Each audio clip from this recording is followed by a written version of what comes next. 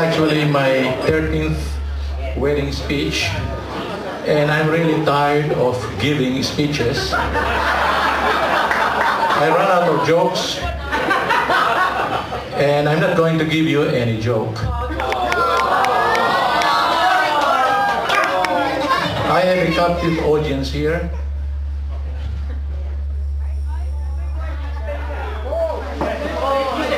Anybody who wants to leave, you can leave right away, but make sure that you pay some money in that. Okay. Now, as you know, this lady here is my daughter, one of them, and she's also an actor, happens to be an actor, married to another actor. So I'm going to do something very, very unusual.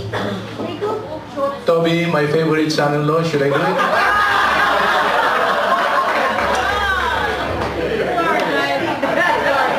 5 minutes.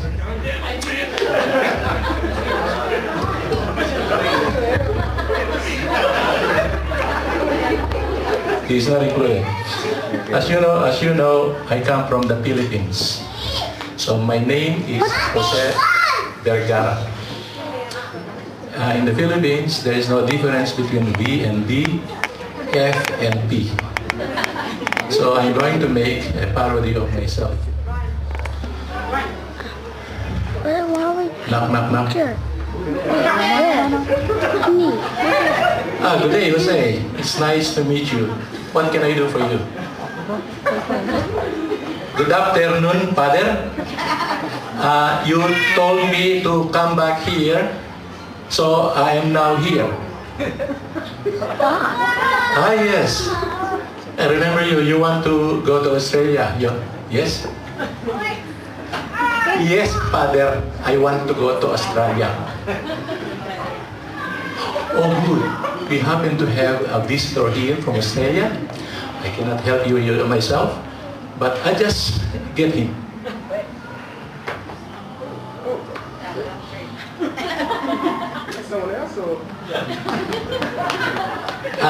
Jose, this is Father John. Good day, how's it going?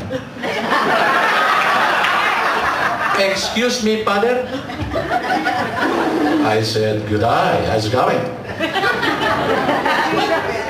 Father Max, what is he saying? Jose, Ojo, he said, good day to you. Oh, thank you, Father. Good day to you also. I'm becoming busy. I heard that you want to go to Australia. Why do you want to come to Australia? Because, Father, some people said Australia is big and I want to have many children. And here in the Philippines, if I had many children, it would be like cut my head.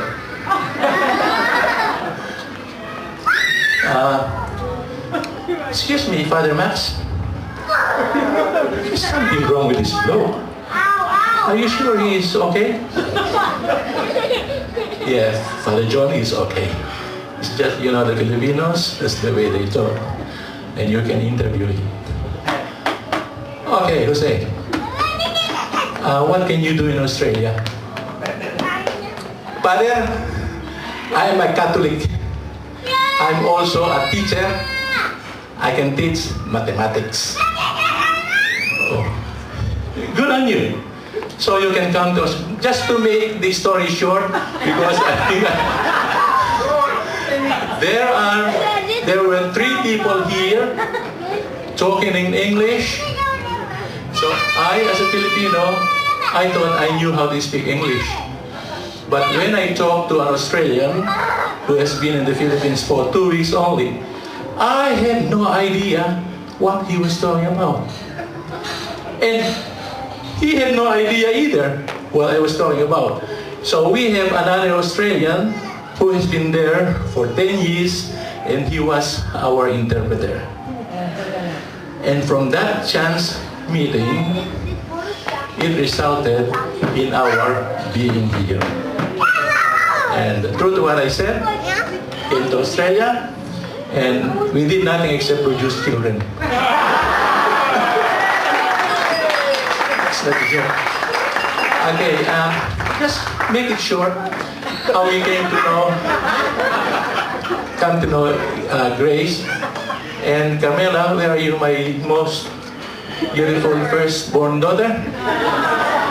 We all went to Boracay, and I think yes, all of us went there, and Grace was the cashier, and because there's so many, she was confused. And Carmela, when she was given the bill, she was very happy. She got a very big tip, which is around, how much? Okay, it's a secret, maybe around 3,000 pesos, which is half the wages. And of course, she had to pay for it. So Grace had to pay for it. And Carmela, I think, gave her number to her. So she sent a message to Carmela without any hope, probably, hoping against hope that Grace would be able to get the money. And Carmela responded, and she was very happy to be reimbursed. Now, how did Paul come into this? It's my wife who's going to tell you.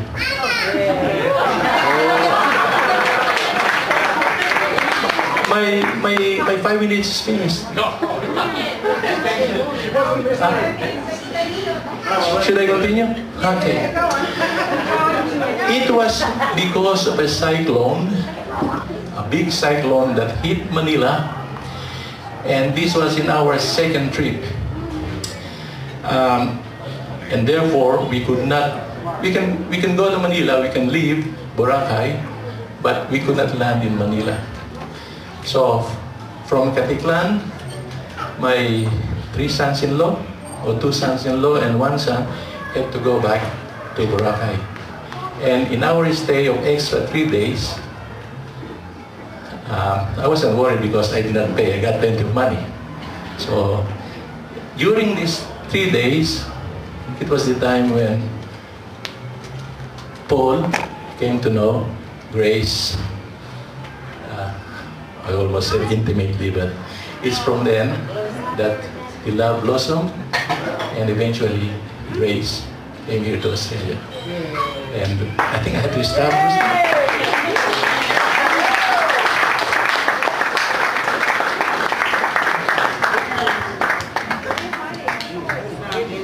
Thank you so much for that.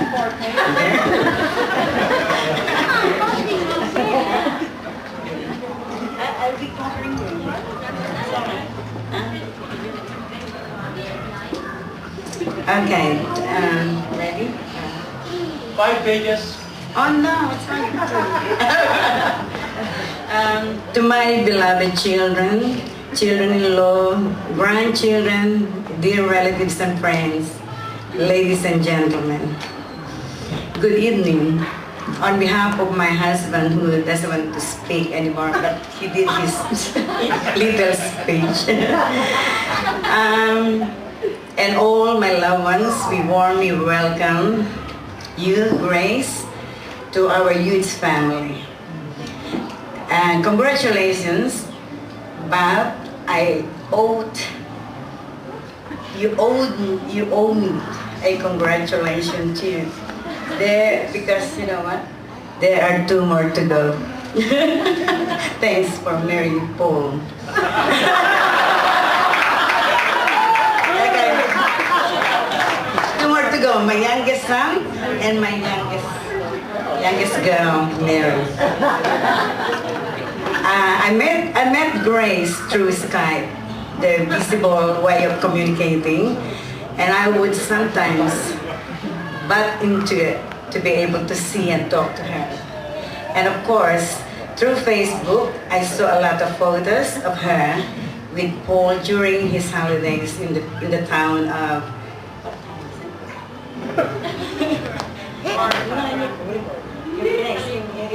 in Calibo. That is one of the towns in Iloilo. Since then, I felt as if I had known her for a long time, until one day we decided to see her and her family. Father, of course her father, two younger sisters, and her youngest brother. We met quite a few of her relatives like her grandmother, auntie, and cousins. Before my husband and I knew it, we were already asking for Grace's hand in marriage. So that was. So the rest was history. Grace came home, or rather Paul came back to Australia with Grace, obtaining a fiancé visa for 9 months. So it has been like eight and a half months until they tied the knot this morning. We seem to get along so well, not only telling or exchanging stories between us, but we just are communicating so well. Sometimes we would end up in tears if we touch the subject of the passing away of her mom through cancer. The most painful part for her was seeing her in pain. So anyway, Grace could easily, back home here in Australia, could easily adjust. Where am I? Could easily adjust herself to 9 brothers. No, 9 brothers.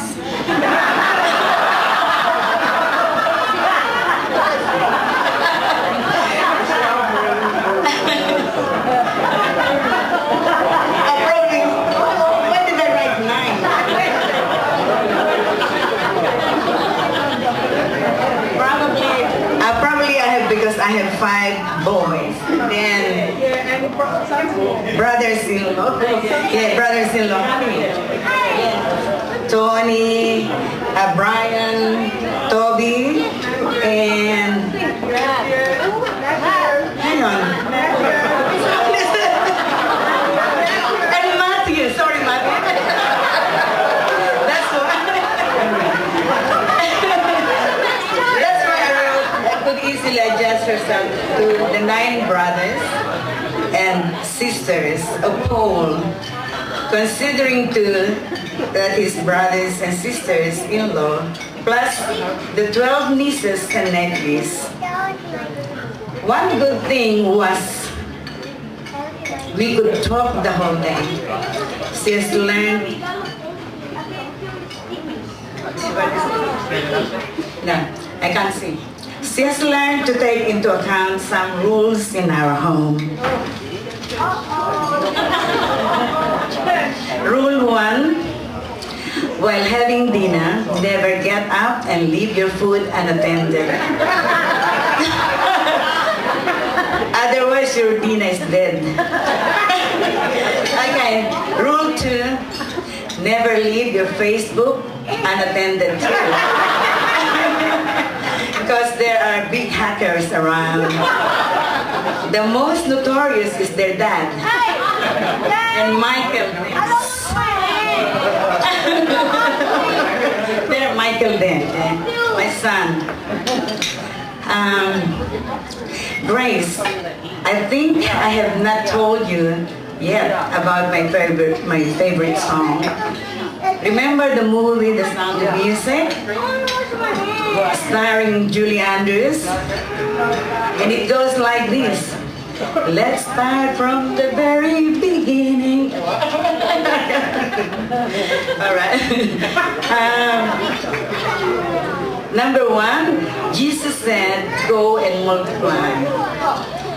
But our 7 married children seem to be ignoring, or they don't understand, or they don't get the message across.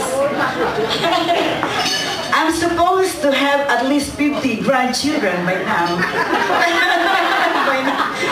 But, what is it? But thanks so much to the 12 grandchildren all the same. and another baby on the way. Thanks to Peter and Melissa. Number 13. We have number 13.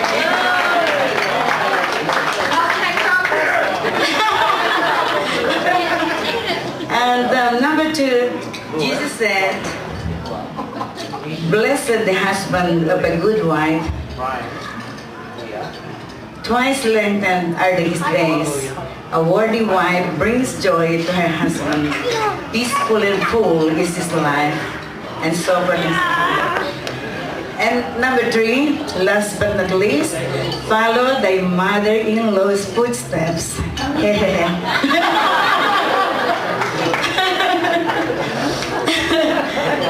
Let's all now stand up and cheers for Grace for marrying Paul, cause I promise you Paul is a very good boy when he is a slave.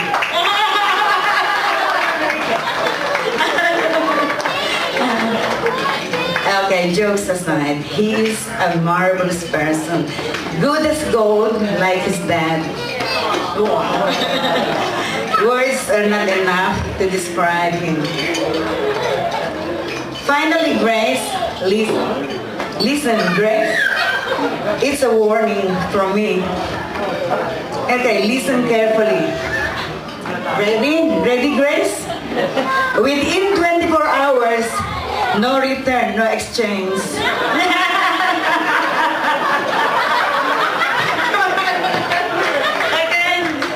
Thank you so much.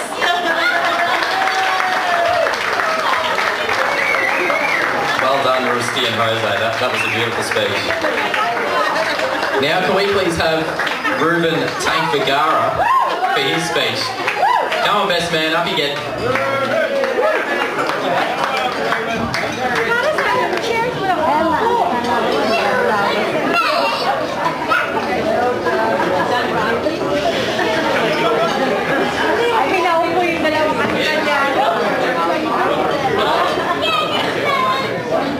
Thank you.